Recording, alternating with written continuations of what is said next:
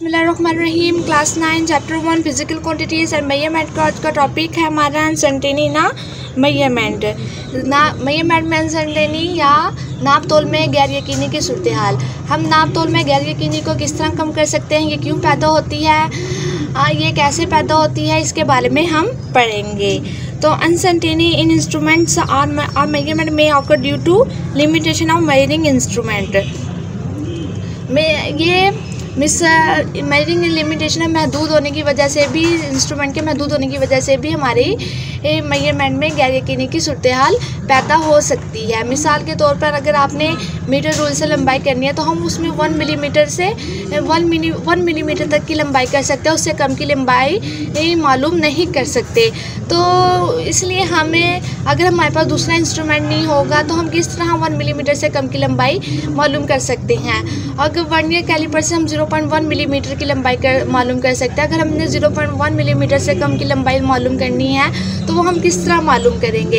इस तरह इंस्ट्रूमेंट के महदूद होने की वजह से भी हमारी गैर यकीनी की सूरत हाल पैदा हो सकती है। लिमिटेशन ऑफ ह्यूमन सेंसेस की वजह से भी हमारे मेजरमेंट में गैर यकीनी की सूरत हाल पैदा हो सकती है। मिसाल के तौर पर ये एक पेंडुलम है, ये मूव करके अपनी पोजीशन पर मैंने इसके वापस आने जाने का टाइम मेजर करना है स्टॉप वॉच के ज़रिए। तो जब मैंने इसका आने जाने का टाइम मेजर किया तो इसका 2 सेकंड था। इसने अपनी आने जाने में 2 सेकंड लिए हैं, ठीक है, पेंडुलम ने। तो हो सकता है कि जब अपनी पहुंचा हो पोजीशन पर पहुंचा हो सकता है मैंने उसके पहले टाइम स्टॉप वॉच बंद कर दी हो सकता है ये अपनी पोजीशन से आगे निकल गया हो, तब मैंने इसका स्टॉप वॉच बंद कर दी हो। इस तरह गैर यकीनी की सूरत हाल पैदा हो सकती हैं। इस तरह की गैर यकीनी की सूरत हाल पैदा हो सकती है जिसकी वजह से हमें गैर यकीनी हो सकती है अपनी मेजरमेंट में। अब मिसाल के तौर पर हमने अपने पेंसिल की लंबाई मालूम करनी है। अब हमारी पेंसिल की लंबाई मालूम करने के लिए हमारे पास जो रीडिंग आई है वो 2.1 और 2.2 के दरमियान में है। अब हमारी रीडिंग इसके सेंटर में है 2.1 और 2.2 के। तो हो सकता है कि हमारी इसमें ज़्यादा एक्यूरेट रीडिंग हमें कंफ्यूज हो सकते हैं कि क्योंकि हम इसमें 1 मिलीमीटर की लंबाई ले सकते हैं, 1 मिलीमीटर से छोटी की लंबाई नहीं ले सकते। एक दफ़ा हमने मेजर की तो हमारे पास 2.1 मिलीमीटर की लंबाई आई, और दूसरी दफ़ा हमने मेजर की तो 2.1 और 2.2 के दरमियान में आई। तीसरी दफ़ा हमने मेजर की तो 2.2 और 2.3 के 2.2 की लंबाई आई हमारे पास। तो हमारे पास हमने एक दफ़ा मेजर की 2.1 की लंबाई आई, दूसरी दफ़ा मेजर की तो हमारी लेंथ आई 2.1 और 2.2 और 2.1 के दरमियान में आई। हमने तीसरी दफ़ा अपनी मेजरमेंट की तो 2.2 आई। तो इस तरह ये गैर यकीनी की सूरत हाल पैदा हो सकती है हमारी ये मेजरमेंट में कि हम किस तरह अपनी इसे कैसे कम कर सकते हैं। हम गैर यकीनी नाप तोल में गैर यकीनी को कम से कम ख़त्म तो नहीं कर सकते, लेकिन इसे कम से कम कर सकते हैं। अपने दुरुस्त आलात का इस्तेमाल करें, दुरुस्त आलात का इस्तेमाल करें,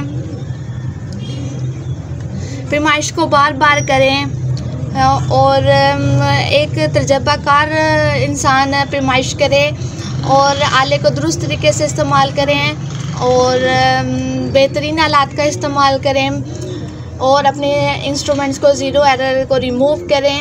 और इस तरह हम अपने गैर यकीनी की सूरत हाल को कम से कम कर सकते हैं और अपने पैमाइश को बेहतर बना सकते हैं। अब सिग्निफिकेंट फिगर, मिसाल के तौर पर अब हमने एक लंबाई ली, एक स्केल की लंबाई मालूम करनी है।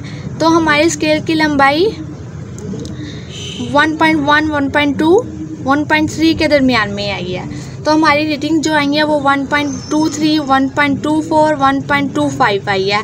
अब हमने देखनी है कि हमारे पास इसमें चेंजिंग किस में आ रही है। 111 इसमें चेंजिंग नहीं आ रही, 222 इसमें चेंजिंग नहीं आ रही, 345 इसमें चेंजिंग आ रही है। ये एक्यूरेटली नॉन डिजिट है और ये हमारे पास डॉटफुल डिजिट है जिसमें चेंजिंग आ रही है। हमने अपनी पैमाइश की हमारे इसमें हम कंफ्यूज हो गए कि हमने कौन सी लेनी है। अब हम इसे कैसे कम कर सकते हैं। अब हम इसकी एवरेज वैल्यू लेके या मीन वैल्यू लेके इसे हम कम से कम कर सकते हैं। हमने अपनी स्केल की लंबाई ली, हमारी लंबाई 1.2 और 1.3 के दरमियान में आई है। तो अब हमें नहीं पता कि हमारी एक्यूरेट कितनी होगी, किस तरह होगी, इसे सिग्निफिकेंट फिगर कहते हैं। All the accurately known digit and first doubtful digit is known as significant figure. इसके रूल्स हैं, a zero between two digit is considered significant figure. Example 5.06 metre, ये इसमें सिग्निफिकेंट 3 है। अगर 2 डिजिट के दरमियान में 0 आ जाएगा तो वो सिग्निफिकेंट ही होंगे, ठीक है। अगर 0 2 डिजिट के दरमियान में आ जाते हैं तो वो सिग्निफिकेंट फिगर ही कहलाएंगे। तो इसके सिग्निफिकेंट फिगर 3 है। अगर zeros on the left side of the measured value और नॉट सिग्निफिकेंट फिगर, अगर डिजिट के लेफ्ट साइड पर अगर 0 होंगे तो वो सिग्निफिकेंट फिगर नहीं होंगे। वो सिग्निफिकेंट फिगर डिजिट ही होंगे। जो नॉन ज़ीरो डिजिट होंगे वो सिग्निफिकेंट फिगर होंगे और जो 0 होंगे वो लेफ़्ट साइड पर नॉन ज़ीरो डिजिट के वो सिग्निफिकेंट फिगर नहीं होंगे। अब इसके सिग्निफिकेंट फिगर 2 हैं। Zeros on the right side of the decimal are considered significant. अगर राइट साइड पर डिजिट के राइट साइड पर और डेसिमल पॉइंट के राइट साइड पर 0 होंगे तो वो सिग्निफिकेंट फिगर ही होंगे। तो इसके सिग्निफिकेंट फिगर 3 हैं। अगर 0 राइट साइड पर हैं डिजिट के, नॉन ज़ीरो डिजिट के डेसिमल पॉइंट के बाद, तो वो सिग्निफिकेंट फिगर ही होंगे। If number are recorded in scientific notation then all the digits before the exponent are significant figure. हमने अगर अपनी पैमाइश को सिग्निफिकेंट साइंटिफिक नोटेशन में मेजर किया, हमारी लंबाई बहुत ज़्यादा आ गई है, बहुत ज़्यादा कम हो गई है, तो हम उसको साइंटिफिक नोटेशन में लिखते हैं उन वैल्यूज़ को। तो हमने अगर अपनी पैमाइश को साइंटिफिक नोटेशन में मेजर किया है तो उसको हम एक्सपोनेंट की पावर में लिखते हैं। तो एक्सपोनेंट की पावर से बिफोर जो भी नंबर होंगे वो सिग्निफिकेंट फिगर होंगे और जो एक्सपोनेंट की फॉर्म में होंगे वो सिग्निफिकेंट फिगर नहीं होंगे। ये सिग्निफिकेंट फिगर नहीं होंगे, नो सिग्निफिकेंट फिगर, और ये सिग्निफिकेंट फिगर होंगे। तो ये इसके 3 सिग्निफिकेंट फिगर हैं, 1 2 3। ये हमने इसको सिग्निफिकेंट फिगर में काउंट नहीं करना।